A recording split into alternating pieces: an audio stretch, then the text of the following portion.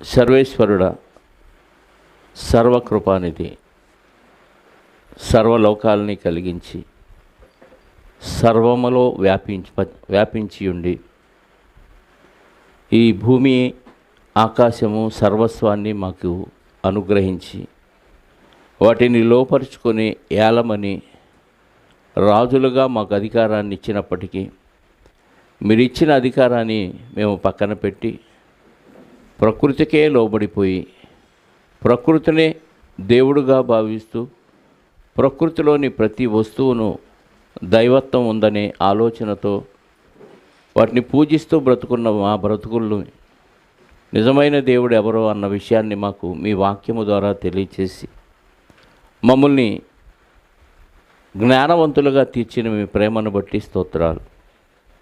ఏ లోకము నుండి ఈ లోకానికి వచ్చామో మరణం తరువాత ఆ మహాలోకమైన మీరున్న పరలోకానికి చేరటానికి మీ కుమారుడైన క్రీస్తు ద్వారా మార్గమును సరళము చేసిన విధానాన్ని బట్టి కూడా స్తోత్రాలు. ఈ మార్గాన్ని ఎరిగి కూడా అందులో ప్రవేశించి కూడా మరలా బయటికి వెళుతూ తప్పటడుగులు వేస్తున్న మీ పిల్లల్ని క్షమిస్తున్నారు, ఓర్చుకుంటున్నారు, దీర్ఘశాంతం చూపుతున్నారు. అందును బట్టి కూడా మీకు కృతజ్ఞతాస్తుతులు చెల్లిస్తూ కుడి ఎడమలకు తిరుగక సూటిగా గురి యొద్దకే పరిగెత్తే భాగ్యాన్ని, గురి యొద్దకే పరిగెత్తే జ్ఞానాన్ని, గురి యొద్దకే పరిగెత్తే వివేకాన్ని మాకు అనుగ్రహించమని కోరుకుంటూ ఇప్పటి వరకు మీరు జరిగించిన ప్రతి కార్యక్రమాన్ని బట్టి మీ కుమారుడైన క్రీస్తు ద్వారా మీకు కృతజ్ఞతాస్తుతులు చెల్లిస్తూ ఈ సందర్భంలో కొన్ని భావోద్వేగాల గురించి మేము ఆలోచిస్తూ ఉండగా ఈరోజు మరొక భావోద్వేగం గురించి ఆలోచించడానికి మీ ఆత్మ సహాయంతో నన్ను నడిపించండి. సమయోచితమైన జ్ఞానాన్ని నాకు ప్రసాదించి వాక్యాన్ని సరిగా విభజించి బోధించే సామర్థ్యాన్ని ప్రసాదించమని కోరుకుంటూ మీ పిల్లలు వాక్యాన్ని విని విడిచిపెట్టేవారుగా ఉండక వాక్యానుసారమైన జీవితాన్ని వారు జీవించగలుగుటకు సహాయాన్ని దయచేయమని మా రక్షకుడు, మా విమోచకుడు, మా ప్రాణదాత అయిన యేసుక్రీస్తు వారి పరిశుద్ధ నామములో ప్రార్థించి అడిగి వేడుకొనుచున్నాను పరలోకపు తండ్రి, ఆమేన్. చేరువచ్చిన మీ అందరికీ ప్రభు అయిన క్రీస్తు నామములో నా శుభాలు, వందనాలు.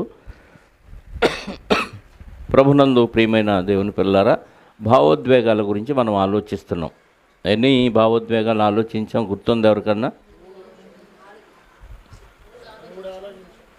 3. 1 ఆనందం, 2 ఆశ్చర్యం, 3 అసత్యం. అంతేనా? అసత్యమా అసహ్యమా? 4 దుఃఖం. ఈరోజు మనం ఆలోచించబోయే అంశం పేరు దుఃఖం. దేవుడు సుఖదుఖాలను జతపరిచాడు. ఈ సంగతి మనకు తెలుసు. ప్రసంగి 7:14 చదివితే తాము చనిపోయిన తరువాత జరుగుదాన్ని నరులు తెలుసుకొనకుండా బతికున్నప్పుడే తెలుసుకోవటానికి దేవుడు ప్రతి మనిషి జీవితంలో సుఖదుఖాలని ఏర్పాటు చేశాడు. సుఖం ఎలా వస్తుందో, సంతోషం ఎలా వస్తుందో ఆల్రెడీ మనం ఆలోచించాం. ఇప్పుడు దుఃఖం ఏ సందర్భాల్లో కలుగుతుంది మనకి? ప్రతి మనిషి జీవితంలో ఈ 2 కామన్గా ఉంటాయి. ఇవి లేకపోతే మనిషి జీవితమే లేదు. కాబట్టి ఇప్పుడు దుఃఖం ఏ సందర్భాల్లో కలుగుతుంది అని మనం ఆలోచిస్తే మనకు ప్రియమైన వ్యక్తి కానీ లేదా మన ఆస్తి కానీ దూరం అయిపోయినప్పుడు మనకి దుఃఖం కలుగుతుంది. అంతేనా? మనకి ఇష్టమైన వ్యక్తులు దూరం అయిపోతే లేదా ఆస్తి మనకి దూరం అయిపోతే అప్పుడు ఖచ్చితంగా మనకి దుఃఖం కలుగుతుంది. ఇది ప్రతి మనిషి జీవితంలో జరిగేది. రెండవ దుఃఖం, రెండవ సందర్భం ఏ సందర్భంలో కలుగుతుందంటే భవిష్యత్తు ఏమైపోతుంది నా భవిష్యత్తు అని ఆలోచించి మనోవ్యాధితో వ్యాకులంతో దుఃఖపడే వాళ్ళు ఉంటారు. భవిష్యత్తు ఎవరికి తెలియదు. దేవుడు ముందే చెప్పాడు, రేపేమి సంభవించునో మీకు తెలియదు అన్నాడు. కాబట్టి భవిష్యత్తు గురించి విపరీతంగా ఆలోచించి భయపడే వాళ్ళు చివరికి దుఃఖానికి గురైపోతూ ఉంటారు. ఎందుకంటే భవిష్యత్తు తెలియదుగా, అగమ్య గోచరం. కాబట్టి దాని గురించి ఎంత ఆలోచించినా మనకి ఏం అర్థం కాదు. కాబట్టి భయపడతారు. ఏదన్నా కీడు జరిగిద్దామో, ఏమన్నా నష్టం వచ్చిద్దామో, నా బంధువులు నాకు ఏమన్నా ద్రోహం చేస్తారో, రకరకాలుగా ఆలోచించి పరిపరి విధాలా ఆలోచించినప్పుడు మనకి భయం కలిగి దానివలన దుఃఖం వస్తుంది. అలాగే గతంలో మనతో పాటు ఆనందాన్ని పంచుకున్నవారు మనకు దూరమైనప్పుడు, అంటే చనిపోయినప్పుడు వాళ్ళతో గడిపిన సందర్భాలు కొన్ని ఉంటాయి, తీపి జ్ఞాపకాలు కదా. వాళ్ళతో గడిపిన తీపి జ్ఞాపకాలు మనకు గుర్తొచ్చినప్పుడు ఆ సందర్భాలు జ్ఞాపకం చేసుకున్నప్పుడు అయ్యో వాళ్ళు లేరే అనే బాధతో మనం దుఃఖానికి గురవుతాం. ఎన్ని సందర్భాలు చెప్పాను? 3 సందర్భాలు. ఒకటి, భవిష్యత్తు గురించి ఆలోచించినప్పుడు భయపడినప్పుడు దుఃఖం కలుగుతుంది. దానికంటే ముందు మన ఆస్తి కానీ మన వాళ్ళు ఎవరైనా మనకి దూరం అయినప్పుడు కానీ దుఃఖం వస్తుంది. మూడవది, మనకు ప్రియమైన వారు మన మధ్య ఉండి చనిపోయి ఆ చనిపోయిన తర్వాత కొంతకాలానికి ఆ వాళ్ళతో గడిపిన సందర్భాలు మనకు జ్ఞాపకం వచ్చినప్పుడు అయ్యో వీళ్ళు లేరే అనే బాధతో మనకి దుఃఖం వచ్చే అవకాశాలు ఉన్నాయి. అలాగే ఎవరినైతే మనం బాగా నమ్ముతామో, ఇంకా నమ్మకానికి చిరునామా వీళ్ళే అని నమ్మిన వాళ్ళు మనకు ద్రోహం చేసినప్పుడు, వాళ్ళు మనల్ని మోసం చేసి వెళ్ళిపోయినప్పుడు అప్పుడు కూడా మనకేమొస్తుంది? దుఃఖం వచ్చింది. ఇంకా కొంతమందికి దుఃఖం ఎప్పుడు వస్తుందంటే అనుకున్నది ఖచ్చితంగా జరగకపోతే, అంటే అనుకున్నది సాధించలేనప్పుడు కూడా మనుషులకి దుఃఖం కలుగుతుంది. 5 విషయాలు దుఃఖం కలిగే సందర్భాలు మనం ఆలోచించాం. ఇవి కాక ఇంకేమన్నా ఉన్నాయా దుఃఖం కలగటానికి? వ్యాధులు వస్తే దుఃఖం, రైట్. ఇంకేమున్నాయి? వ్యాధులు వస్తే దుఃఖం. ఇంకా పక్కింటోళ్ళు బాగున్నా ఏమొచ్చింది? దుఃఖం. అదే వ్యాపారం నష్టం వచ్చినా దుఃఖం. ఇంకేమున్నాయి సందర్భాలు?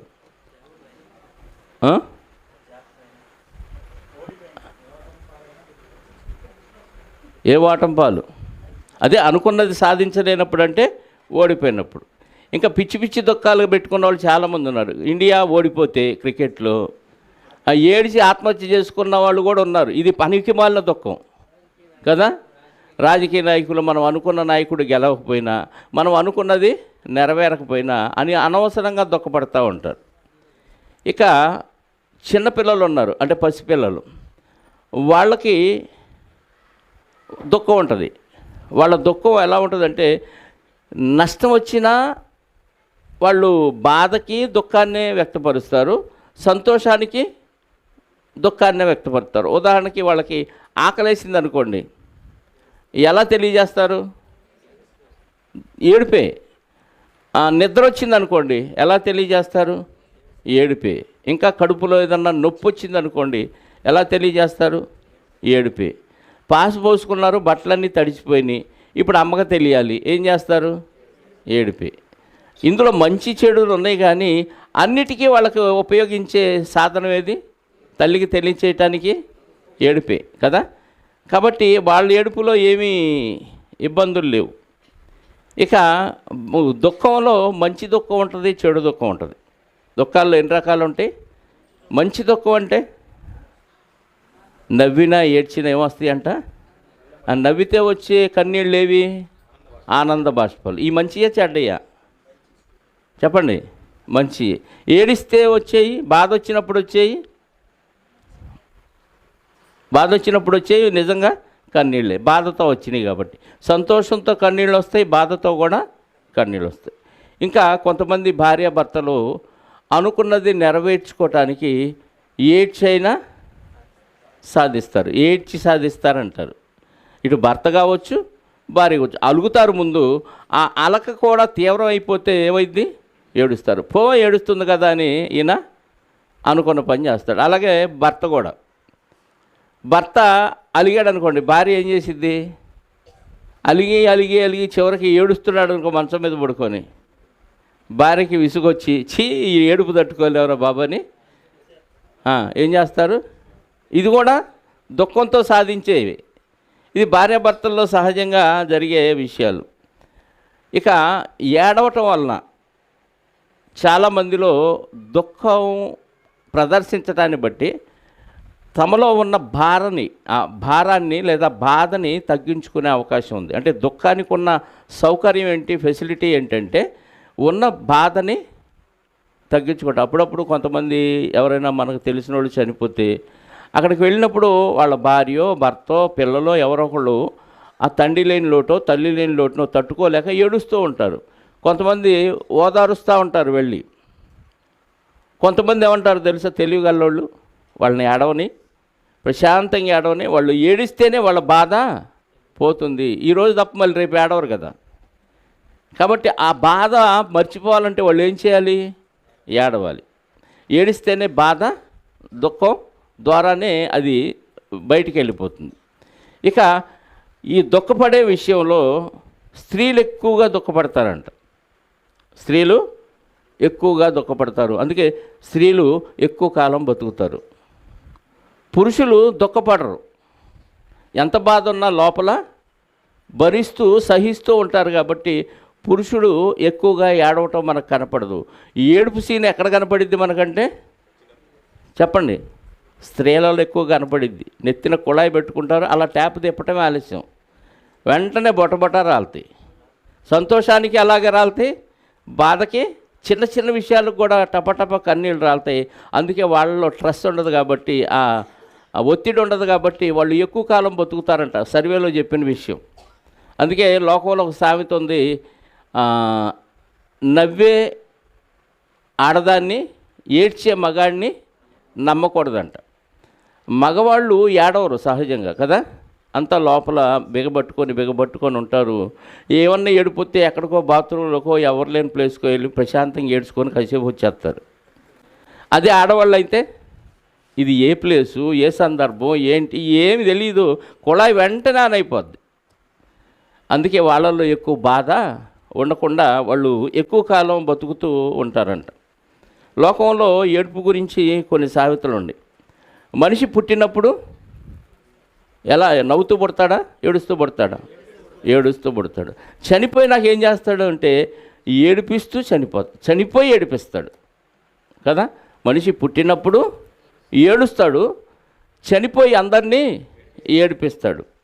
మరొక సామెత ఏంటంటే, కళ్ళున్నంత వరకు కన్నీళ్ళు ఉండక మానవు. కళ్ళు, అది గుడ్డోళ్ళైనా సరే కళ్ళు ఉన్నాయా లేదా? కళ్ళుంటే కన్నీళ్ళు ఆగకుండా మానవు.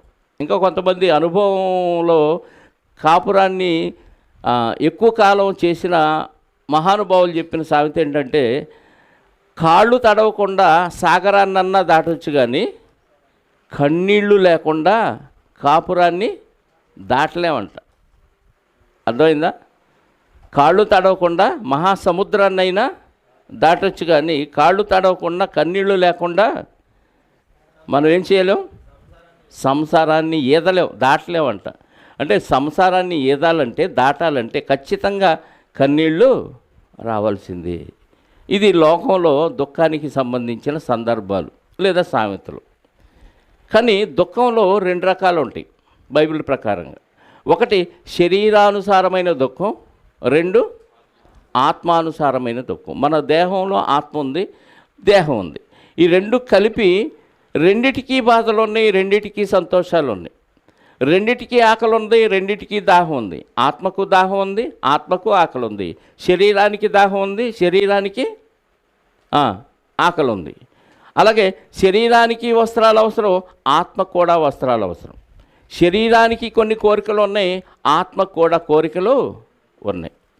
కాబట్టి ఈ దుఃఖం విషయంలో కూడా శరీరానుసారమైన దుఃఖం ఉంది, ఆత్మానుసారమైన దుఃఖం కూడా ఉందన్నమాట. ఇందులో శరీరానుసారమైన దుఃఖం గురించి కొన్ని మాటలు మనం బైబిల్లో చూడగలిగితే, ఆదికాండము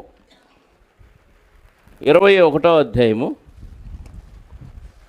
అబ్రహాము గారు శారాయి మాట విని హాగరుతో పోయినప్పుడు ఇష్మాయేలు పుడతాడు. ఇష్మాయేలు పుట్టి తర్వాత మళ్ళీ పంపించేస్తుంది శారమ్మ గారు, మళ్ళీ వస్తారు. రెండోసారి ఇస్సాకు పుట్టిన తర్వాత ఇష్మాయేలు ఇస్సాకుని దూషణ మాటలు ఎగతాళి చేసినప్పుడు శారమ్మ గారు చూసి, ఇతడు నా ఇంటిలో ఉండటానికి వెళ్ళలేదు, పంపించేసే అంటది. 21వ అధ్యాయము ఆదికాండము. ఆ సందర్భాన్ని మనం బైబిల్లో చూడగలిగితే 8వ వచనం నుండి చదువుదాం. ఇస్సాకు పెరిగి పాలు విడిచెను. ఇస్సాకు పాలు విడిచిన దినమందు అబ్రహాము గొప్ప విందు చేశాను.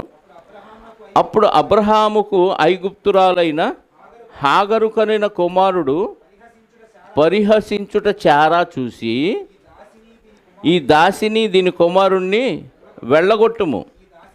ఈ దాసి కుమారుడు నా కుమారుడైన ఇస్సాకుతో వారసుడై ఉండడని అబ్రహాముతో నేను వాగ్దాన పుత్రుడిని కన్నాను.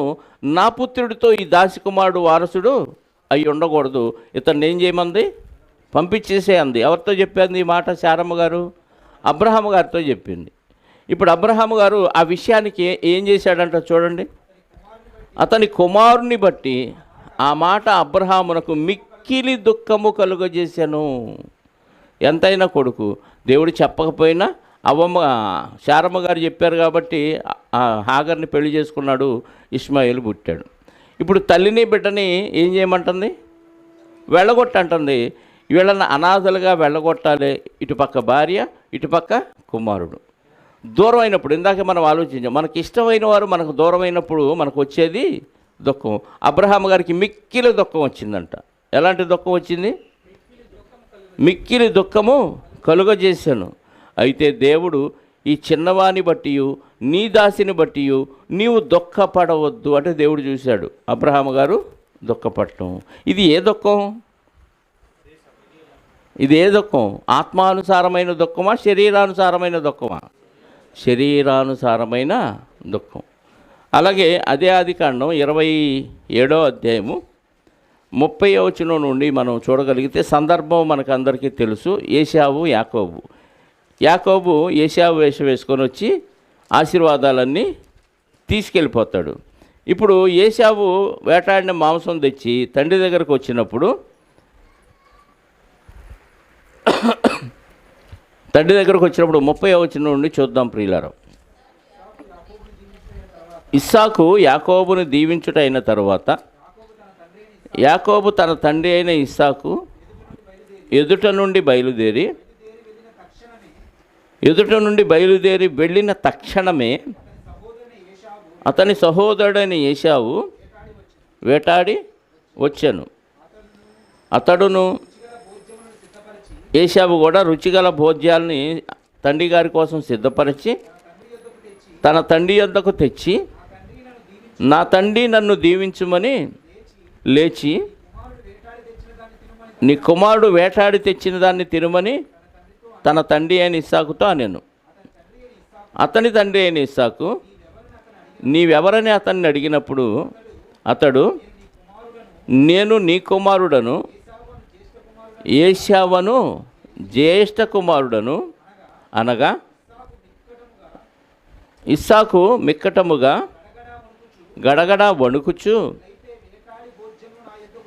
అట్లయితే వేటాడి భోజ్యములను నా యొద్దకు తెచ్చినవాడు ఎవరు? నీవు రాకమునుపు నేను వాటన్నిటినీ తిని అతన్ని నిజముగా దీవించి తిని అతడు దీవించబడినవాడే అనెను. ఆల్రెడీ దీవించేశాడు, అయిపోయిన దీవెనలు. ఏశావు తన తండ్రి మాటలు వినినప్పుడు దుఃఖాక్రాంతుడై పెద్ద కేక వేసి, ఓ నా తండ్రి, నన్నును దీవించమని తన తండ్రితో చెప్పాను. ఎలా ఏడ్చాడంట? దుఃఖాక్రాంతుడై.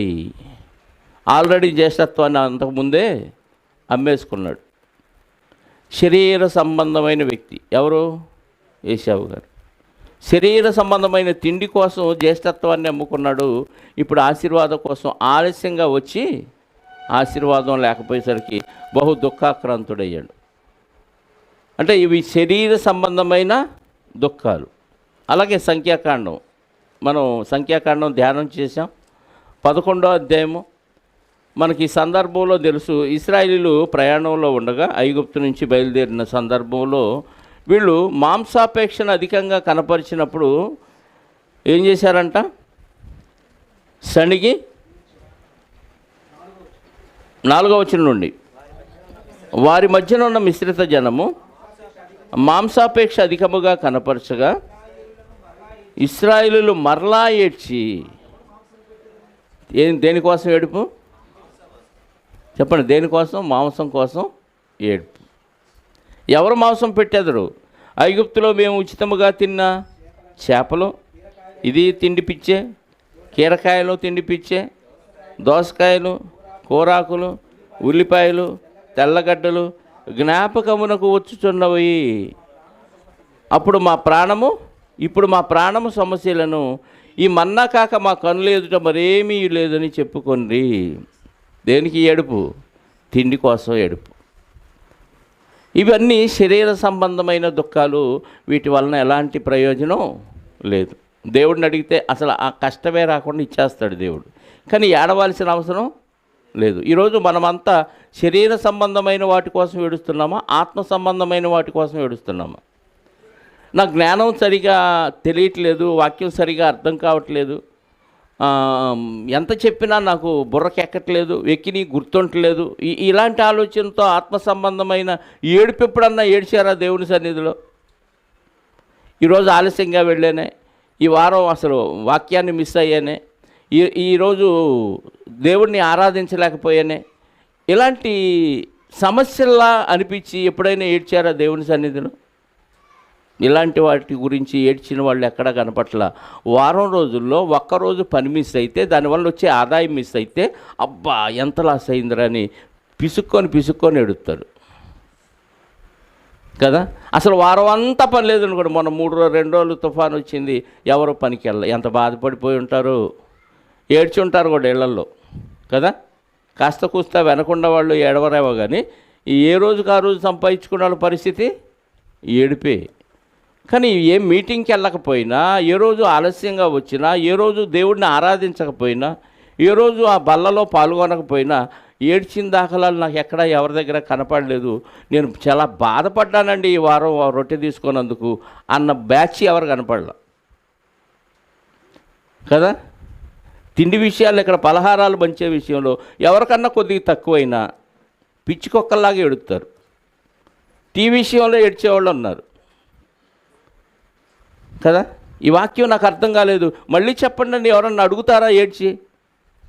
అలాంటి వాళ్ళు కనపడుతుంది. అంటే దీన్ని బట్టి మనం అందరం ఏషియా బ్యాచా, యాకోబ్ బ్యాచా? ఏషియా బ్యాచ్లే కనపడుతుందండి. నేను పరిచర్యలో పాల్గొనలేకపోతున్నానే, దేవుడిచ్చిన ఆయుష్కాలంలో నా జీవితం కరిగిపోతుంది, ఇలా నేనేమి చేయకపోతే రేపు నాకు పరలోకం ఎలా ఇస్తాడు, చెయ్యాలి అనే బాధతో నన్ను ఏడుస్తారంటే అలాంటి ఏడుపు కనపట్ల. ఉదయాన్ని లేవలేకపోతున్నానని ఏడ్చేవాళ్ళు కనపట్ల. అమ్మాయి వాళ్ళకేం బుద్ధి లేదు, వాళ్ళు లేస్తారు, ప్రార్థన చేస్తారు, మనం హ్యాపీగా పొద్దెక్కిన దాకా పడుకుందామని హ్యాపీగా నిద్రపోయి లేచి ఆనందించి ఏడిపే తప్ప బాధతో ఏడ్చేవాళ్ళు కనపట్లేదండి. నిజంగా లోకంలో నమ్మని వాళ్ళ సంగతి వదిలేయండి, వాళ్ళు లోకులు చూసి ఏడుస్తారు, పక్కోడు బాగుంటే ఏడుస్తారు, నాకు ఇది లేదే అది లేదు అని ఎప్పుడు ఏడుస్తూనే ఉంటారు.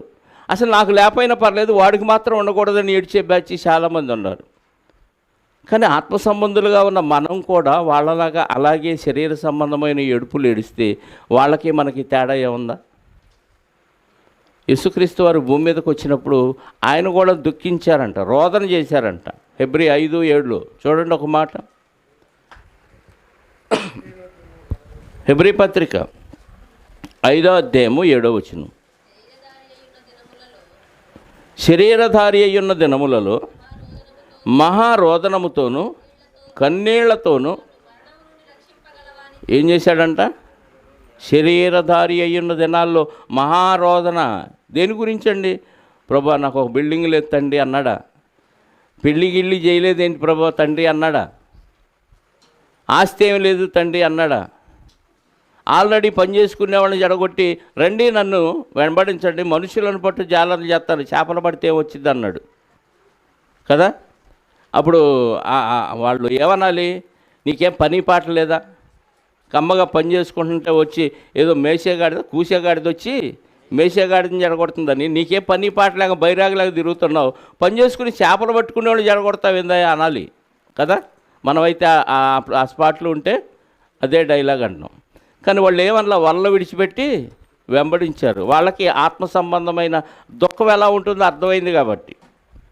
మనం ఉంటే ఆ స్పాట్లో పని పాట లేదు, చెడగొడుతున్నావు అందరినీ, ఏమొచ్చింది నీకు? చనిపోయిన సంగతి ఎప్పుడో కదా, చనిపోయినాక ఏమైంది, ఎవడు చూసి వచ్చాడు, ఇలాంటి డైలాగులన్నీ వాడతాం. అందుకే శరీర అనుసారమైన దుఃఖం మనకి ప్రమాదం. కొరింథీయులకు రాసిన 2వ పత్రిక 7వ అధ్యాయము కొరింథీయులకు రాసిన 2వ పత్రిక 7వ అధ్యాయము 10వ వచనం చూడండి ఒకసారి. కొరింథీయులకు రాసిన 2వ పత్రిక 9 నుంచి చూద్దామండి. మీరు దుఃఖపడితేరని సంతోషించడం లేదు, కానీ మీరు దుఃఖపడి మారు మనసు పొందితరని ఇప్పుడు సంతోషించుతున్నాను. పౌలు గారు కొరింథీ సంఘాన్ని ఉద్దేశించి పలుకుతున్నాడు. ఏంటంటే మీరు దుఃఖపడుతున్నారు, నేను సంతోషించట్లేదు, కానీ దుఃఖపడటం వల్ల మీరు ఏం చేశారంటే మనసు మార్చుకున్నారు. ఎందుకు దుఃఖపడ్డారు వీళ్ళంటే పై వచనం చదివితే అర్థమైంది ఎందుకు దుఃఖపడ్డారు. 8వ వచనం, నేను రాసిన పత్రిక వలన మిమ్మును దుఃఖపెట్టినందున విచారపడను. పౌలు గారు రాసిన ఉత్తరం చూసి ఏడ్చారంట. మనోళ్ళు ఎవరన్నా లెటర్ రాశారనుకో, మనం ఏడుస్తూనే ఉంటాం. ఎప్పుడు ఏడుస్తాం? అదేదో సావు లెటర్ అయితే ఏడుస్తాం. లేదా మెసేజ్ వచ్చింది, మీ వాళ్ళు ఎక్కడో ప్రమాదంలో చనిపోయారని మన ఫోన్కి మెసేజ్ వచ్చింది అనుకోండి. మెసేజ్ చూడగానే ఏమైపోద్ది? కళ్ళల్లో నీళ్లు కారుతూ ఉంటాయి. చుట్టుపక్కలవాడికి ఏం అర్థం కాదు, ఏదిరా ఫోన్ చూశాడు ఏడుస్తున్నాడు అనుకుంటారు కదా. అలా పౌలు గారు లెటర్ చూడగానే వాళ్ళు ఏడ్చారంట. మీరు ఏడుస్తున్నారని నేనేమి బాధపడను అంటున్నాడు. మిమ్మల్ని దుఃఖపెట్టినందున విచారపడను, నాకు విచారము కలిగినను ఆ పత్రిక మిమ్మల్ని స్వల్పకాలం బట్టికే దుఃఖపెట్టనని తెలుసుకొని ఉన్నాను అంటున్నాడు. మీరు దుఃఖపడ్డా నాకు ప్రాబ్లం లేదు, ఎందుకంటే కొద్ది కాలం నన్ను అపార్థం చేసుకున్నా, ఈయనేంటి ఎలా చెబుతాడు అలా చెబుతాడు, ఇది కష్టం కదా అని మీరు నా గురించి బాధపడి దుఃఖపడినా అది కొద్ది కాలమే. మీకు వాక్యం బాగా అర్థమైనప్పుడు ఈ దుఃఖం మీకు సంతోషంగా మారిద్ది. కాబట్టి మీరు దుఃఖపడ్డారని నేను సంతోషించను అంటున్నాడు. ఇప్పుడు 9-10 చదవండి. మీరు దుఃఖపడతారని సంతోషించడం లేదు, కానీ మీరు దుఃఖపడి మనసు మార్చుకున్నారు, మారు మనసు పొందితురని ఇప్పుడు సంతోషించుచున్నాను. ఎలా అంటే ఏ విషయములోనైనను మా వలన మీరు నష్టము పొందకుండుటకై దైవ చిత్తానుసారంగా దుఃఖపడితే. దేవుడు ఏ విషయాల్లో నిన్ను దుఃఖపడమన్నారో ఆ విషయాల్లో దుఃఖపడ్డారు. అంటే మానవ చిత్తానుసారమైన దుఃఖం ఉంది, దైవ చిత్తానుసారమైన దుఃఖం ఉంది. మానవ చిత్తానుసారమైన దుఃఖం ఇందాక మనం మాట్లాడుకున్న విషయాలన్నీ, ఏది లేకపోయినా, మన వాళ్ళు దూరం అయినా, పక్కోడు బాగుపడుతున్నా, ఇంకా మన నమ్మిన వాళ్ళే మనల్ని మోసం చేస్తున్నా, ఇలాంటి విషయాల్లో దుఃఖపడుతూనే ఉంటాం. ఇది లోక సంబంధమైన దుఃఖం. కానీ దైవ చిత్తానుసారమైన దుఃఖం ఆ కొరింథీ సంఘస్థులు పొందారంటే ఒక ఆత్మ నశించిపోతుంటే చూసి తట్టుకోలేక దుఃఖపడటం, ఇది ఆత్మ సంబంధమైన దుఃఖం. మనం దేవునిలో ఎదగలేకపోతే దాని విషయం దుఃఖపడటం ఆత్మ సంబంధమైన దుఃఖం. మన తోటివారు మనకంటే లేటుగా క్రీస్తులోకి వచ్చిన వారు మనకంటే ముందుగా ఎక్కువగా డెవలప్ అవుతుంటే మనం అవలేకపోతున్నామనే బాధతో, వాళ్ళు అవుతున్నారని దుఃఖపడొద్దు, మనం అవలేకపోతున్నామనే బాధతో దుఃఖపడే దుఃఖం దైవ చిత్తానుసార దుఃఖం. నాకు వాక్యం అర్థం కావట్లేదనే దుఃఖం దైవ చిత్తానుసార దుఃఖం. నేను దేవుడు అనుకున్న విధంగా నేను ప్రయాస పడలేకపోతున్నానే అన్నది దైవ చిత్తానుసారమైన దుఃఖం. అలాంటి దుఃఖం మనకేం చేసిద్దంట? దైవ చిత్తానుసారమైన దుఃఖము రక్షణార్థమైన మారు మనసును కలుగుజేను. అంటే ఆ విషయంలో మనం దుఃఖపడ్డామంటే నేను ఇంకా సరి చేసుకోవాలి, నా మనసు మార్చుకోవాలి. ఇప్పటిదాకా నేను ఇది సరిపోద్దులే అనుకున్నాను, కానీ ఇంకా నేను మారాలి. దేవుని చిత్తానుసారంగా మనకి ఏది కొదువు ఉందో ఆ విషయంలో మనం దుఃఖపడితే ఇప్పుడు మనం మనసు మార్చుకొని ఇంకా కొంచెం డెవలప్ అవ్వడానికి అవకాశం ఉంది. నేను పర్ఫెక్ట్గా ఉన్నానని ఇంకా దుఃఖపడాల్సిన అవసరం లేదంటే ఇంకా మనలో మార్పు ఏమాత్రం రాదు. నాకు అన్నీ తెలుసు అనుకుంటే ఇంకా నీకు ఎవడు చెప్పలేడు ఏమి, నాకేం తెలీదు, ఇంకా చాలా ఉంది నేర్చుకోవాల్సింది అనిపిస్తేనే మనకి మనసు మారిద్ది. తెలియదనే మనసు ఉంది కాబట్టి ఎంతైనా నేర్చుకుంటూనే ఉంటాం. నాకు అన్నీ తెలుసు అని ఫీల్ అయిపోతే ఇంకా ఫిక్స్ అయిపోతాం, ఇంకేమీ నేర్చుకోలేం. అలాగే దైవ చిత్తానుసారమైన దుఃఖం అనగానే మనలో ఉన్న పొరపాట్లు, లోటులు ఏవైతే ఉన్నాయో వాటి విషయం గురించి దేవుడి దగ్గర ప్రాధేయపడి దుఃఖపడితే ఆ విషయంలో మనం సరి చేసుకోవటానికి అవకాశం ఉంది. నేను అందరికంటే కొంచెం బెటరు, పర్ఫెక్ట్ అనిపించింది అనుకోండి, ఇంకా మనం సరి చేసుకునే పని లేదు, మారు మనసు పొందాల్సిన అవసరం లేదని అనిపిస్తూ ఉంటుంది. అందుకే రక్షణార్థమైన మారు మనసును కలుగ చేయును అంటే నువ్వు రక్షణలోకి వెళ్ళటానికి, దేవుని సన్నిధిలోనికి వెళ్ళటానికి నువ్వు ఎప్పటికప్పుడు సరి చేసుకోవటానికి మనసు మార్చుకుంటావు. ఉదయాన్నే లేవలేకపోతున్నాం, వాళ్ళందరూ లేస్తున్నారు, నేను లేవలేకపోతున్నాను. ఎందుకు లేవలేను? అయ్యా నన్ను ఉదయాన్నే లేచేటట్టు నాకు సహాయం చేయి, చురుకైన మెలకువను దయచేయి అని ప్రార్థన చేసుకొని పడుకొని ఒకరోజు కాకపోతే 2 రోజులకి దేవుడు కనికరించి నీకు చురుకైన మెలకువని ఇచ్చాడు అనుకోండి, ఇప్పుడు మనసు మార్చుకొని లేస్తున్నావుగా. అంతకుముందు నేను లేవలేను, నా పరిస్థితి అంతే, నేను ఇంతే అన్నావు అనుకోండి, నీ బతుకు అంతే, నీకు రక్షణార్థమైన మారు మనసు రానే రాదు. ఎందుకు సాధించలేను, వాళ్ళు చేయగలిగినప్పుడు నేనెందుకు చేయలేను అని ఆలోచనతో దేవుని సన్నిధిలో దుఃఖపడితే ఏమైద్ది? మనసు మారిద్ది, దానికి ముందుకి వెళ్ళటానికి మనకి ప్రేరణ వచ్చింది. ఖచ్చితంగా మనం సాధించగలం. అసాధ్యమైనది ఏది దేవుడు మనకి చెప్పడు. కాబట్టి మారు మనసు, రక్షణార్థమైన మారు మనసును కలుగ చేస్తుంది. కాబట్టి మనకి ఆత్మ సంబంధమైన దేవుని చిత్తానుసారమైన దుఃఖం ఖచ్చితంగా మనందరం పడాలి తప్ప లోక సంబంధమైన విషయాల్లో ప్రతిదాని గురించి బాధపడి ఏడుపు మొహం పెట్టుకొని, జిడ్డుగారే మొహం పెట్టుకొని ఎప్పుడు ఏడుస్తూ ఉంటే మనం దేవునిలో ఎదగలేమండి. ఏదైనా నువ్వు చూసుకోయా, నాకేమి చింత లేదు, అన్నీ నీ మీద వేసేసాను, నువ్వు చూసుకో, దేవుడే మన పక్షంగా ఉంటే మనకెందుకండి దిగులు? అసలు ఆ ధైర్యం రావాలంటే ఎంత విశ్వాసం ఉండాలి మనకి? అన్నీ విడిచిపెట్టు. ఎంత గొప్ప సమస్య అయినా సరే, ఎర్ర సముద్రాన్ని పాయలు చేశాడని విన్నాం. ఎర్ర సముద్రం కంటే గొప్పదా నీ సమస్య? ఆహారం లేని అరణ్యములో భయంకరమైన విషసర్పాలు, తాపకరమైన సర్పములు, తేళ్ళు తిరుగుతున్న అరణ్య ప్రదేశంలో వీళ్ళ కాలికి మట్టి అంటకుండా, ఏ విష పురుగు వలన ప్రమాదం రాకుండా వీళ్ళు సనిగే వరకు, ఏ విషయంలో కొదువు లేకుండా, ఆహారం విషయంలో కానీ, నీటి విషయంలో కానీ, ఆరోగ్య విషయంలో కానీ, వస్త్రాల విషయంలో కానీ, పాదరక్షల విషయంలో కానీ, ప్రతి విషయంలో దేవుడు వాళ్ళని కాపాడుతూ ఉన్నాడంటే ఎంత భద్రత ఆయన సన్నిధిలో ఉంటే. ఆ విశ్వాసం మనకు ఉన్నప్పుడు ఏడుపు ఎందుకు వస్తుంది చెప్పండి? శరీర సంబంధమైన ఏడుపు భక్తులకు రాకూడదు. ప్రతి చిన్నదానికి పెద్దదానికి ఏడుస్తూ ఊరి ఉంటే శరీర సంబంధులనే అంటారు. లోకస్తులకి మనకి తేడా ఏముండదు. ప్రతి విషయంలో ఏ విషయమైనా శరీర సంబంధమైన సమస్యలు ఏమన్నా ఉంటే దేవుడికి అప్పచెప్పండి, ప్రశాంతంగా ఉండొచ్చు. ఎప్పుడు ఏడుపు మొహంతో క్రైస్తవులు అసలు ఉండకూడదు. జిడ్డు మొహంతో అసలు ఉండకూడదు. శరీర సంబంధమైన విషయాల్లో ఏదన్నా ఏడిస్తే ఏ విషయాలు ఉండాలి? ఆత్మ సంబంధమైన విషయాలు. ఆ ఏడుపును కూడా బయటికి కనిపించనీయకూడదు. ఉపవాసం ఉన్నప్పుడు ఎలా ఉండమన్నాడు? నీ మొహం కడుక్కొని, తలంటుకొని, మంచి వస్త్రాలు ధరించి నీ గదిలోనికి వెళ్ళి ప్రార్థన చేయి. నువ్వు ఉపవాసం ఉన్నట్టు ఎవరికి తెలియదు, అలాగే నువ్వు ఏడుస్తున్నట్టు కూడా ఎవరికి తెలియకూడదు. దేవుని సన్నిధిలో ఏడుస్తూ నీ సమస్య ఏదైనా ఉంటే దేవునికి మొరపెడితే ఎంత ప్రశాంతంగా ఉంటుంది, మనశ్శాంతి ఉంటుంది, ఆరోగ్యం ఉంటుంది. తెలుసా? ముందు ఆత్మ సంబంధమైన దుఃఖం ఏం చేసిద్దంట? రక్షణార్థమైన మారు మనసును కలిగించేసిద్దంట. యేసుక్రీస్తు వారు ఉన్నప్పుడు శిష్యులతో ధనం ఉంది కదా అని వాళ్ళు హ్యాపీగా ఉంటున్నారు, ఇంకా మాకేం కొదుగులేదు, మేము దుఃఖపడాల్సిన అవసరం లేదు అనుకున్నప్పుడు వాళ్ళతో చెప్పిన మాట ఒకటి చూడండి. లూకాసు వార్తలో 6వ అధ్యాయము, లూకాసు వార్త 6వ అధ్యాయము 24-25 వచనాలు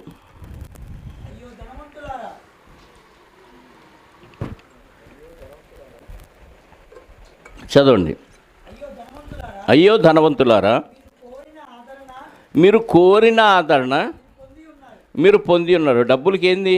డబ్బు ఉంటే ఏదైనా సమస్యలన్నీ పరిష్కారం అయిపోతాయి. అది ఆదరణ వాళ్ళకి. ధనవంతులారా, మీరు కోరిన ఆదరణ మీరు పొంది ఉన్నారు. అయ్యో ఇప్పుడు కడుపు నిండి ఉన్నవారులారా, మీరు తర్వాత ఆకలిగా ఉంటారు. అయ్యో ఇప్పుడు నవ్వుచున్న వారులారా, దుఃఖించి ఏడుతురు. మనుషులందరూ మిమ్మల్ని కొనియాడినప్పుడు మీకు శ్రమ. చాలండి, 2 వచనాలు చాలు. ఇప్పుడు ఇంకా నాకు ఏడుపు లేదు, దుఃఖం లేదు, నాకు సర్వసమృద్ధి ఉందని నీకు అనిపించింది. ఆస్తి ఉంది, అందరు ఉన్నారు, అండబలం ఉంది, ఖండబలం ఉంది, పదవీ బలం ఉంది, ఇవన్నీ ఉన్నాయి కాబట్టి ఇంకా మనకు చింత లేదు, ప్రశాంతంగా ఉన్నాం. అని మీరు ఆదరణ కలిగి ఉంచారు. ఆ తర్వాత భవిష్యత్తులో మీకు తిండి ఉండదు, సంతోషం అనేది ఉండదు, ఎప్పుడు ఏడుపులే, ఎప్పుడు సమస్యలే. మీకు భవిష్యత్తు అంటే నరకం అండి. ఇప్పుడు సంతోషంగా ఉన్నారా? గతంలో చెప్పాను, లోకంలో హ్యాపీగా ఉన్నాడు అని అంటే ఖచ్చితంగా దేవుణ్ణి ఎరగనివాడు. ఏ హ్యాపీ? ధనం చూసుకొని, పదవి చూసుకొని, అధికారాన్ని చూసుకొని, ఇంకా ఖండబలాన్ని చూసుకొని గర్వంగా ఉన్నవారికి ఖచ్చితంగా దేవుని సన్నిధి రాదు. వాళ్ళు మారు మనసు పొందితే తప్ప దేవుని సన్నిధి రాదు. కాబట్టి వాళ్ళు ఇప్పుడు సంతోషంగా ఉన్నారు, వాళ్ళకి ఆదరణ ఉంది, వాళ్ళకి నెమ్మది ఉంది. కాబట్టి తర్వాత సమస్య అంతా నరకంలో భయంకరంగా ఉంటుంది. మరి భక్తులకైతే లోకంలో అసలు సంతోషం అనేది ఉండనే ఉండదు. లోకంలో ఉన్న సంతోషాన్ని కూడా మనం దుఃఖంగా మార్చుకోవాలండి. దుఃఖంగా అంటే అవతల వాళ్ళు సంతోషపడుతున్నారు, మనం కూడా వాళ్ళతో వెళ్ళి సంతోషపడాలా అన్నిలతో? అలా సంతోషపడితే మనకి వాళ్ళకి తేడా ఏమీ ఉండదు.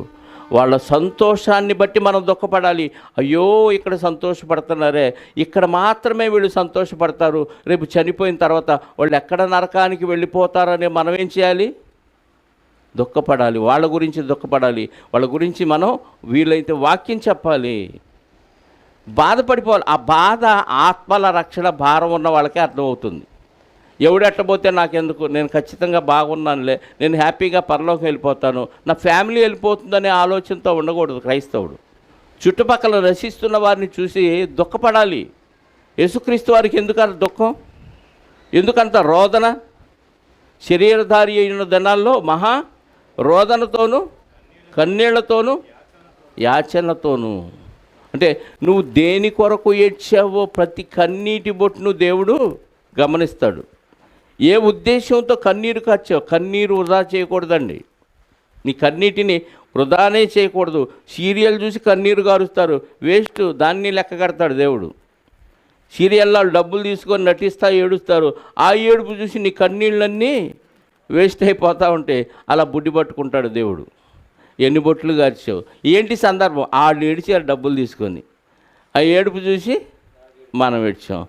ఇదిగో పలాని సీరియల్లో, ఈ సీరియల్ ఎపిసోడ్ 1 దగ్గర నుంచి ఎపిసోడ్ కంప్లీట్ అయిపోయే వరకు ఎన్ని వందల ఎపిసోడ్లు అయిపోయినాయో, నువ్వు ఎన్ని బొట్లు కన్నీళ్లు గార్చావో, బొట్లేంటి లీటర్లు అయిపోతాయి కదా. మొత్తం లెక్క కడతాడా? యోబు గారు అంటున్నారు చూడండి ఒక మాట. యోబు గ్రంథం 6వ అధ్యాయము, యోబు గ్రంథం 6వ అధ్యాయము 2వ వచనం. యోబు గ్రంథం 6వ అధ్యాయము 2వ వచనం. నా దుఃఖము చక్కగా, అంటే దుఃఖానికి కూడా వెయిట్ ఉంటుందా? భారమైన దుఃఖం అంటాం కదా. భారమైన దుఃఖం అంటే నీటికి బరువు ఉంది. నేను ఇందాక బుడ్డి అన్నాను, దావీదు గారు అంటాడు అది. యోబు గారు ఏమంటున్నాడు? కాటాలో పెడతాడంట దేవుడు. ఆ కాటాలో కార్చిన కన్నీళ్ళు దేని నిమిత్తం? ఇప్పుడు ఈయన భక్తుడు కాబట్టి యోబు గారు నా దుఃఖము చక్కగా, అంటే నేను ఏ ఉద్దేశముతో దేవుని సన్నిధిలో కన్నీరు కార్చానో దేవుడు చక్కగా తోస్తాడు, కాటా పెడతాడు అని ఆయన ధైర్యంగా మాట్లాడుకోగలుగుతున్నాడు. ఇప్పుడు మనం కార్చాం కన్నీళ్ళు, మనవి కూడా కాటాలో పెడతాడు. దేని నిమిత్తం కార్చాం? ఖచ్చితంగా దాన్ని బట్టి మనకి పనిష్మెంట్ ఉంటుంది. ఇదే దావీదు గారు ఏమన్నారో తెలుసా? 56వ అధ్యాయము కీర్తన గ్రంథం 8వ వచనం. కీర్తన గ్రంథం 56వ అధ్యాయము. నా సంచారములను నీవు లెక్కించి, అంటే నేను ఎటు తిరిగానో నువ్వు లెక్క పెట్టావు. సంచారాలంటే రాకపోకలు. నా కన్నీళ్ళు నీ బుడ్డిలో ఉంచబడి ఉన్నవి, అవి నీ కవిలంటే పుస్తకం. అంటే పుస్తకంలో ఎన్ని కన్నీళ్లు గార్చావో రాసుకుంటాడు. ఆ కన్నీళ్ళన్నీ బుడ్డిలో భద్రపరుస్తాడంట. పుస్తకాల్లో రాసుకున్న కన్నీళ్ల జాబితాలో ఏ సందర్భంలో గార్చావు? బుడ్డిలో దాచుకున్న కన్నీళ్ళ సందర్భంలో మనం దేని నిమిత్తం కార్చాం? అంటే కన్నీటి చుక్కకు కూడా లెక్క ఉందా? చెమట చుక్కకు కూడా లెక్క ఉందా? రక్తపు చుక్కకు కూడా లెక్క ఉందా? అంటే ప్రతి దానికి లెక్క ఉంది. మనకే తెక్కు ఉంది. ఆయనేం లెక్కేస్తాడులే. మనం లెక్కలు తారుమారు చేస్తాం. ఇన్కమ్ ట్యాక్స్ వాళ్ళనే మనం బురిడి కొట్టిస్తున్నాం. కాబట్టి మనం దేవుడినైనా దేవుడు కూడా కనుక్కోలేడనే డైలాగులు వింటున్నాం కదా సినిమాల్లో. అది డైలాగ్ వరకే పరిమితం. ఆడు మరణించినాక అర్థమైంది కనుక్కుంటాడా లేదన్న విషయం. ఇప్పుడు ఆ రచయిత రాస్తాడు, ఈయన చెప్పేస్తాడు డైలాగ్. ప్రతి కన్నీటి చుక్క బుడ్డిలో దాస్తాడంట, ప్రతి కన్నీటి చుక్క కాటా పెడతాడంట, ప్రతి కన్నీటి చుక్క పుస్తకంలో ఇన్ని రకాలుగా భద్రపరుస్తుంటే ఫైల్స్ అన్నీ ఎక్కడ తప్పించుకుంటాం చెప్పండి? దేని నిమిత్తం కన్నీరు గారుస్తున్నాం? అయ్యో నా భార్య ఎలాగే, నా పిల్లలు ఎలాగే, నా భర్త ఎలాగే, నా ఆస్తి ఎలాగే, నా బంధువులు ఎలా, వీటి గురించి ఆలోచించి ఏడుస్తామే తప్ప నా ఆత్మ ఏమైపోతుంది, నా పిల్లల ఆత్మ ఏమైపోతుంది, నా భార్య ఆత్మ, నా భర్త ఆత్మ, నా బంధువుల ఈ ఆత్మల గురించిన చింత ఏమన్నా ఉందా మనకి? ఆత్మ సంబంధమైన దుఃఖమా, శరీర సంబంధమైన దుఃఖమా, మానవ రీత్యా వచ్చే దుఃఖమా, దైవ చిత్తానుసారమైన ఏ దుఃఖం మనకుంది? తిండి కోసం దుఃఖమా, బట్టల కోసం దుఃఖమా, నగల కోసం దుఃఖమా? రేపు క్రిస్మస్ పండుగ వస్తుంది కదా, ఎంతమంది ఇళ్లల్లో ఎన్ని ఫైట్లు అవుతాయో. ఎందుకు? బట్టల గొడవ, పిండొంటల గొడవ, ఇల్లు బాగు చేసే గొడవ, ఇంకా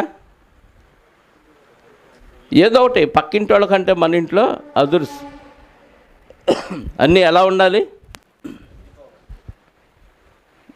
ఆ బట్టలను బట్టి, ఆ పిండి వంటలను బట్టి, ఆ రోజు చేసుకునే తిండిని బట్టి గ్రాండ్గా చేసాం క్రిస్మస్ అని చెప్పుకుంటారు. దానికోసం లేదనుకో అప్పు చేసి అయినా సరే ఆ పండగ చేయాల్సింది. దుఃఖపడతారు ఎన్నో కుటుంబాలు. ఇది దేనికి సంబంధించిన దుఃఖం? శరీర సంబంధమైన దుఃఖం. దీనివల్ల మనకు ఎలాంటి ప్రయోజనం లేదు, నష్టం ఉంది దీనివలన. పేతురు గారు అంటున్నాడు, పేతురు గారు రాసిన పత్రిక, మొదటి పత్రిక, మొదటి అధ్యాయము, మనకు ఓదార్పునిచ్చే మాట అండి. పేతురు గారు చెప్తుంది, 6వ వచనం, పేతురు గారు రాసిన మొదటి పత్రిక, మొదటి అధ్యాయము, 6వ వచనం. ఇందువలన మీరు మిక్కిలి ఆనందించుచున్నారు కానీ అవసరమును బట్టి నానా విధములైన శోధనల చేత ప్రస్తుతము కొంచెము కాలము మీకు దుఃఖము కలుగుచున్నది. కొంచెం కాలం క్రైస్తవులకు ఏం కలుగుతుందంట? దుఃఖం కలుగుతుంది. నశించిపోవు సువర్ణము అగ్ని పరీక్ష వలన శుద్ధపరచబడుచున్నది కదా, దానికంటే అమూల్యమైన మీ విశ్వాసము ఈ శోధన చేత పరీక్షకు నిలిచినదై యేసుక్రీస్తు ప్రత్యక్షమైనప్పుడు మీకు మెప్పును, మహిమయు, ఘనతయు కలుగుటకు కారణమగును. అంటే ఈ కొద్ది కాలం ఈ జీవితంలో మనం దుఃఖపడినా సహించమంటున్నాడు అని. ఎగ్జాంపుల్ ఏం చెప్పాడో తెలుసా? బంగారం ఉంది కదా, అది శుద్ధి అయ్యి మెరుగుపడి తళతళ మెరిసిపోవాలంటే దాన్ని ఏం చేయాలి? అగ్నిలో కాల్చాలి. అగ్నిలో కాలుస్తున్నప్పుడు బంగారానికి వాయిస్ ఉంటే, నోరుంటే, ఆహా అగ్నిలో ఎంత ఆనందంగా ఉంది, ఆహ్లాదంగా ఉంది, వెన్నెల్లో విహరిస్తున్నట్టు అంటదా? ఏమంటుంది అగ్నిలో బంగారం? ఆర్తనాదం, సౌండ్లు ఏముండవు, ఇక అరుపులు కేకలు తప్ప మాటలు రావు అక్కడ. కానీ అది బయటకు వచ్చిన తర్వాత దాన్ని ఎక్కడెక్కడ పెట్టుకుంటారు అందరూ? పాదాలకు పెట్టుకుంటారా, తలకు పెట్టుకుంటారు? ఎక్కువ బంగారాన్ని తల, మెడ, ముక్కు, చెవులు, ఈ పంచేంద్రియాలన్నిటికీ అలంకరించుకుంటూ ఉంటారు. చూసావా, నేను అంత కష్టపడ్డాను కాబట్టి ఈరోజు నా స్థాయి, నా హోదా ఎక్కడికి పెరిగింది? శిరస్సు మీదకి వచ్చేసింది. అది ఆ కష్టం పడకపోతే మురికిగా ఉంటే ఎవడైనా దాన్ని అలాగే బంగారం అండి పెట్టుకున్నాను, ఉంగరం బాగుందా అని అంటారా? మురికి ఉంగరం ఏమాత్రం నల్లగైనా మళ్ళీ వెంటనే మెరుగుపట్టించడానికి మళ్ళీ ఇచ్చేస్తూ ఉంటాం. మనం కూడా మన దుఃఖం సంతోషంగా మారటానికి కొన్ని శ్రమలు ఎంతకాలం అనుభవించాలంట? కొంచెము కాలం అంట. అంటే దైవ చిత్తానుసారమైన దుఃఖం మనం కొంచెం కాలం అనుభవించటం వల్ల, లోకస్తులు కొంచెం కాలం దుఃఖం సంతోషం అనుభవించటం వల్ల వాళ్ళకి శాశ్వత కాల దుఃఖం. మనం కొంచెం కాలం దైవ చిత్తానుసారమైన దుఃఖాన్ని అనుభవించటం వల్ల మనకి ఎంతకాలం సంతోషం? శాశ్వత కాల సంతోషం. అదే చెప్తున్నాడు బంగారంతో పోలుస్తూ. మా బంగారం ఎలాగైతే ఆ మస్టు, ఆ మడ్డి ఉన్న బంగారం అగ్నిలో వేయటం వల్ల శుద్ధిపరచబడి మేలిం బంగారంగా, మెరిసే బంగారంగా మనకు కనపడుతుందో, అలాగే భక్తుల విషయం కూడా కొంచెం కాలం దేవుని కోసం శ్రమలు అనుభవించి దుఃఖపడితే దాన్ని సహిస్తే ఏమవుతాం మనం కూడా? దానికంటే, బంగారం కంటే అమూల్యం. అంటే బంగారం పెద్ద విలువైంది కాదు. విశ్వాసుల యొక్క ఆ దుఃఖాన్ని సహించి బయటకు వస్తే, ఆ శ్రమల్లో నుంచి, బాధల్లోంచి బయటకు వస్తే బంగారం కంటే విలువైంది మన జీవితం. దానికంటే అమూల్యమైన మీ విశ్వాసము శోధన చేత పరీక్షకు నిలిచినదై యేసుక్రీస్తు ప్రత్యక్షమైనప్పుడు మీకు మెప్పును, మహిమయు, ఘనతయు కలుగుటకు కారణమగును. రేపు రెండవ రాకడలో ప్రభు వచ్చిన ఈలోపు మనం పోయినా మనకేమొస్తాయి అంట? అబ్బా, ఇంత కష్టపడినందుకు, ఇంత దుఃఖపడినందుకు ప్రభువు దగ్గర మహిమ వచ్చింది, ప్రభువు దగ్గర ఘనత వచ్చింది, మెప్పు వచ్చింది. బలా నమ్మకమైన దాసుడు అన్నాడు. టీచర్ మెచ్చుకుంటేనే ఉబ్బి తబ్బిబ్బవుతారు స్టూడెంట్స్. భార్య మెచ్చుకుంటే భర్త ఎగిరి గంతేస్తాడు. భర్త మెచ్చుకుంటే కూర భలే ఉంది అన్నాడు అనుకో, ఇది చిన్నదానికే. దరిద్రంగా ఉంది అన్నాడు అనుకో, ఏడుస్తారు. భలే ఉందంటే ఎంత ఆనందం అండి. ఈ చిన్నదానికే ఇంత ఆనందం అయితే, దేవుని కోసం దైవ చిత్తానుసారమైన దుఃఖాన్ని మనం సహిస్తే ఎంత ఘనత! ప్రభువు మెచ్చుకుంటాడంట, ప్రభువు మహింపరుస్తాడంట. ప్రభువు దగ్గర ఘనత. దేవుడే మనల్ని మెచ్చుకుంటే ఇంతకంటే ఏం కావాలి చెప్పండి? ఏం పర్వాలేదు, మేము కష్టాలు అనుభవిస్తాం, ఏం పర్వాలేదు, దైవ చిత్తానుసారమైన దుఃఖాన్ని భరిస్తామనే ధీమా, ధైర్యం మనలో ఉండాలి. అది నిజమైన విశ్వాసం. అబ్బో, ప్రభువుని నమ్ముకున్న దగ్గర నుంచి నాకు కష్టాలు వస్తాయండి, ఎప్పుడు ఏడుపులేనండి, ఏది కలిసి రావట్లేదండి అన్నావు అనుకోండి, నిన్ను పరీక్షిస్తున్నాడు దేవుడు. బంగారాన్ని అగ్నిలో వేసినట్టుగా నిన్ను పరీక్షల్లో ముంచి ఆ దుఃఖాన్ని సహిస్తే మేలిం బంగారంగా పైకి తీస్తాడు. నీ విశ్వాసానికి పరీక్ష అది. ఆ పరీక్ష వచ్చినప్పుడు ఫెయిల్ అయిపోయి పక్కకి వెళ్ళామనుకోండి, ఏమవుతుంది? ఎగ్జామ్లో ఫెయిల్ అయిపోయినట్టే. అంటే నీ విశ్వాసం పడిపోయిందన్నమాట. నీది మంచి సరి అయిన విశ్వాసం కాదన్నమాట. మళ్ళీ చదవండి ఆ వచనం. ఇందువలన మీరు మిక్కిలి ఆనందించుచున్నారు కానీ అవసరమును బట్టి నానా విధములైన శోధనల చేత ప్రస్తుతమును కొంచెము కాలము మీకు దుఃఖము కలుగుచున్నది.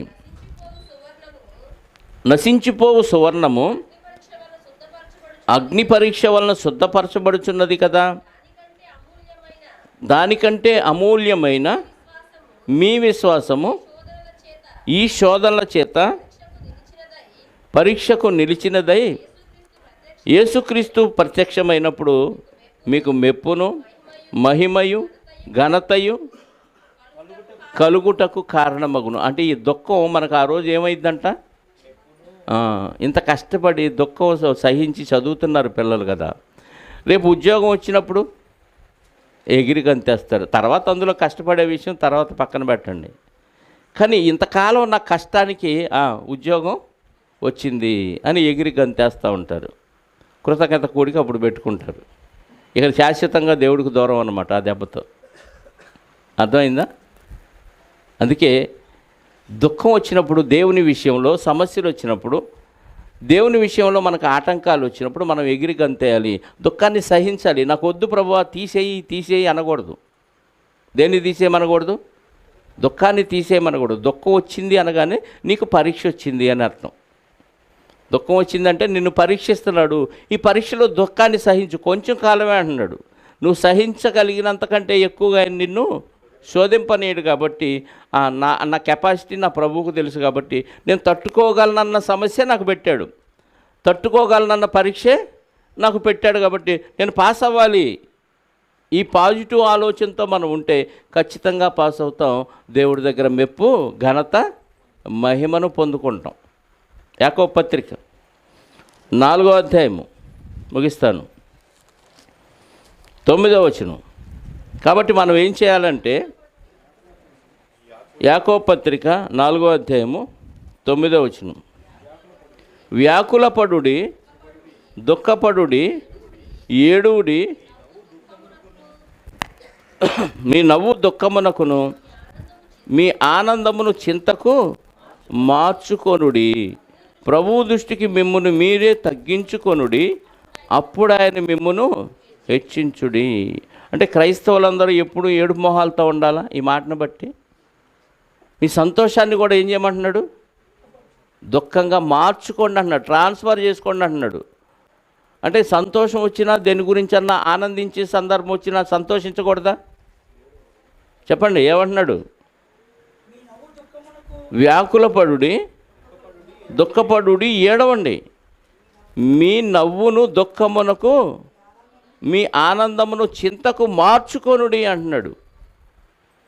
జబర్దస్తులు చూసి నవ్వేవాళ్ళు ఉన్నారు కదా, టీవీలో ఏయో కార్యక్రమాలు చూసి ఆనందించి నవ్వేవాళ్ళు ఉన్నారు, జోకులు వేసుకుంటూ నవ్వేవాళ్ళు ఉన్నారు. క్రైస్తవుల సంగతి మాట్లాడుతున్నాను, అన్యుల సంగతి కాదు. అన్యులకి ఎప్పుడూ ఆనందమే ఇష్టం. ప్యాకెట్ల ఆనందం, తాగుళ్ళ ఆనందం, సిగరెట్ల ఆనందం, గుట్కాల ఆనందం, పనికిమాలిన తిరుగుళ్ళ ఆనందం, అన్ని ఆనందాలే. కానీ క్రైస్తవుల్లో కూడా ఇవే లక్షణాలు కంటిన్యూ అయితే, సంతోషం వచ్చే సందర్భాలు మనకు వస్తే వాటిని అవసరమైతే పక్కన పెట్టి దుఃఖపడే సందర్భాలు మనం సెలెక్ట్ చేసుకొని అక్కడికి వెళ్ళాలి, ఆ కార్యక్రమాల్లో ఉండాలి. అందుకే ఏమన్నాడు? విందు జరుగు ఇంటికి పోవుట కంటే, ప్రసంగి గ్రంథం 7వ అధ్యాయము. అంటే సంతోషం, విందు జరిగే కాడంటే సంతోషం. ఆ సంతోషం వద్దు, నాకు దాన్ని త్యాగం చేసి ఎక్కడైతే ప్రలాపిస్తున్నారో అక్కడికి వెళ్దాం అంటున్నాడు. ఇదే దాని భావం. మీ సంతోషాన్ని దుఃఖంగా మార్చుకోండి అంటే సంతోషించేవారితో అక్కడ లోక సంబంధమైన సంతోషాన్ని పాలు పొందవద్దు అని అర్థం. మరి ఏం చేయాలంటే ఆత్మ సంబంధమైన దేవుని చిత్తానుసారమైన దుఃఖం ఎక్కడ కావాలో అక్కడికి వెళ్ళి మనం దుఃఖపడాలి, బాధపడాలి. అదే పేతురు పత్రిక ఇందాక చదివాం కదా, 3వ అధ్యాయం చూడండి, 8వ వచనం. మొదటి పత్రిక, పేతురు గారు రాసిన మొదటి పత్రిక 3వ అధ్యాయము 8వ వచనం. తుదకు మీరందరూ ఏక మనస్కులై ఒకరి సుఖ దుఃఖముల యందు ఒకరు పాలుపడి సహోదర ప్రేమ గలవారును కరుణాచిత్తులను వినయ మనస్కులనై ఉండుడి. ఏం చేయమన్నాడు? ఏక మనస్కులై ఒకరి అంటే క్రైస్తవుల్లోనే, విశ్వాసుల్లోనే ఒకరి సుఖదుఖాల్లో మనం పాలు పొందాలి. సహోదర ప్రేమ గలవారై కరుణాచిత్తులనై వినయ మనస్కులనై ఉండుడి అంటున్నాడు. అందరూ ఒకే మనసు కలిగి ఉండాలి. ఏంటా మనసు అంటే, సహోదరులు ఎవరు దుఃఖంతో ఉన్నారో వాళ్ళతో దుఃఖపడండి, ఎవరు సంతోషంగా ఉన్నారో అలా సంతోషించండి. ఏ విషయంలో సంతోషం? మరి శరీర సంబంధమైన విషయమా, ఆత్మ సంబంధమైన విషయం? ఆత్మ సంబంధమైన విషయాల్లో సంతోషించండి. దేవుడు వ్యాధి పెట్టాడు, తగ్గింది, ఇంటికి వచ్చారు, కృతజ్ఞత కూడికి పెట్టారు. వాడితో మనం కూడా వెళ్ళి ఏం చేయాలి? దేవుడు ఎన్ని బాధల్లో నుంచి, మిమ్మల్ని కష్టాల నుంచి రక్షించాడు, ఇప్పుడు ఆనందంగా ఉంది, మీ ఆనందంలో మేము కూడా పాలు పొందుతాం. ఇప్పుడు బాధలో ఉన్నారు, హాస్పిటల్కి వెళ్ళారు, సమస్యలో ఉన్నారు, మనం కూడా వెళ్ళి ఆ సమస్యలో పాలు పొందాం. అది దుఃఖపడటం. వాళ్ళతో పాటు సంతోషించడం అంటే వాళ్ళు ఆ కృతజ్ఞత కలిగి హాస్పిటల్ నుంచి ఇంటికి రావటమో, సమస్య నుంచి బయటకు వచ్చినప్పుడు వాళ్ళతో పాటు, అమ్మయ్య మనందరికీ దేవుడు ఇలాగే చేస్తాడు, ఈరోజు నీకు జరిగింది రేపు నాకు జరిగిందండి. అందరూ ఒకే ఆత్మ సంబంధమైన విషయంలో ఆత్మ సంబంధమైన పానీయాన్ని తాగుతున్నాం కాబట్టి, పరిశుద్ధాత్మను కలిగి ఉన్నాం కాబట్టి మనందరం ఒకే విధంగా ఉండాలి. ఒకరి సుఖదుఖాల యందు ఒకరు పాలు పొందాలి. అలా పొందినప్పుడే మనందరం ఐకమత్యంగా ఉన్నాం అనటానికి నిదర్శనం. ఇలాంటిది క్రైస్తవీల్లో కనపడితే, ఏ సంఘంలో కనపడినా ఆశ్చర్యపోతారు అన్నిలు. ఏంటి మా రక్త సంబంధుల్లో కూడా లేదే ఇంత ఆప్యాయత? అసలు ఒక వ్యక్తికి సంఘంలో సమస్య వస్తే ఇంతమంది స్పందిస్తున్నారే, ఇంతమంది ఆ కుటుంబంకి మాత్రమే కాక వీళ్ళందరికీ సమస్య వచ్చినట్టు ఏడుస్తున్నారే, బాధపడుతున్నారని ఆశ్చర్యపోవాలి. ఈ సమానత్వం, ఐకమత్యం ఎక్కడ కనపడుతుంది సంఘాల్లో చెప్పండి? ఆడి సమస్య ఆడిది, ఈడి సమస్య ఈడిది. రక్త సంబంధులైన వారు ఏదైనా పెళ్ళికి కానీ, దినానికి కానీ, పెండాకుడికి కానీ పిలిస్తే సెలవులు పెట్టి మరీ పెడతాం. ఆత్మ సంబంధులైన వీళ్ళలో ఏదైనా కార్యక్రమాలు జరుగుతుంటే అస్సలు సెలవు పెట్టం, అది వాళ్ళకు సంబంధించింది అన్నట్టుగా ఉంటాం. అంటే మనం ఈ ఆత్మీయ కుటుంబాన్ని సొంత కుటుంబంలా చూడలేదు. చూడనప్పుడు నువ్వు ఆత్మ సంబంధం ఎలా అవుతావు? ఆత్మ సంబంధమైన దుఃఖం నీకు ఎలా వస్తుంది? అర్థమైందా? దేవుడు సుఖదుఖాలను జతపరిచాడు. ఎమోషన్స్ అంటారు, దీనిలో పాజిటివ్ ఎమోషన్స్ ఉన్నాయి, నెగిటివ్ ఎమోషన్స్ ఉంటాయి. నెగిటివ్ ఎమోషన్స్ అంటే శరీర సంబంధమైన దుఃఖాలు మనం పడినప్పుడు అది నెగిటివ్ ఎమోషను, దానివల్ల మనకు ఎలాంటి ప్రయోజనం లేదు. ఆత్మ సంబంధమైన దైవ చిత్తానుసారంగా దుఃఖపడినప్పుడు అది పాజిటివ్ ఎమోషన్, దానివల్ల మనకి నిత్యజీవం వస్తుంది.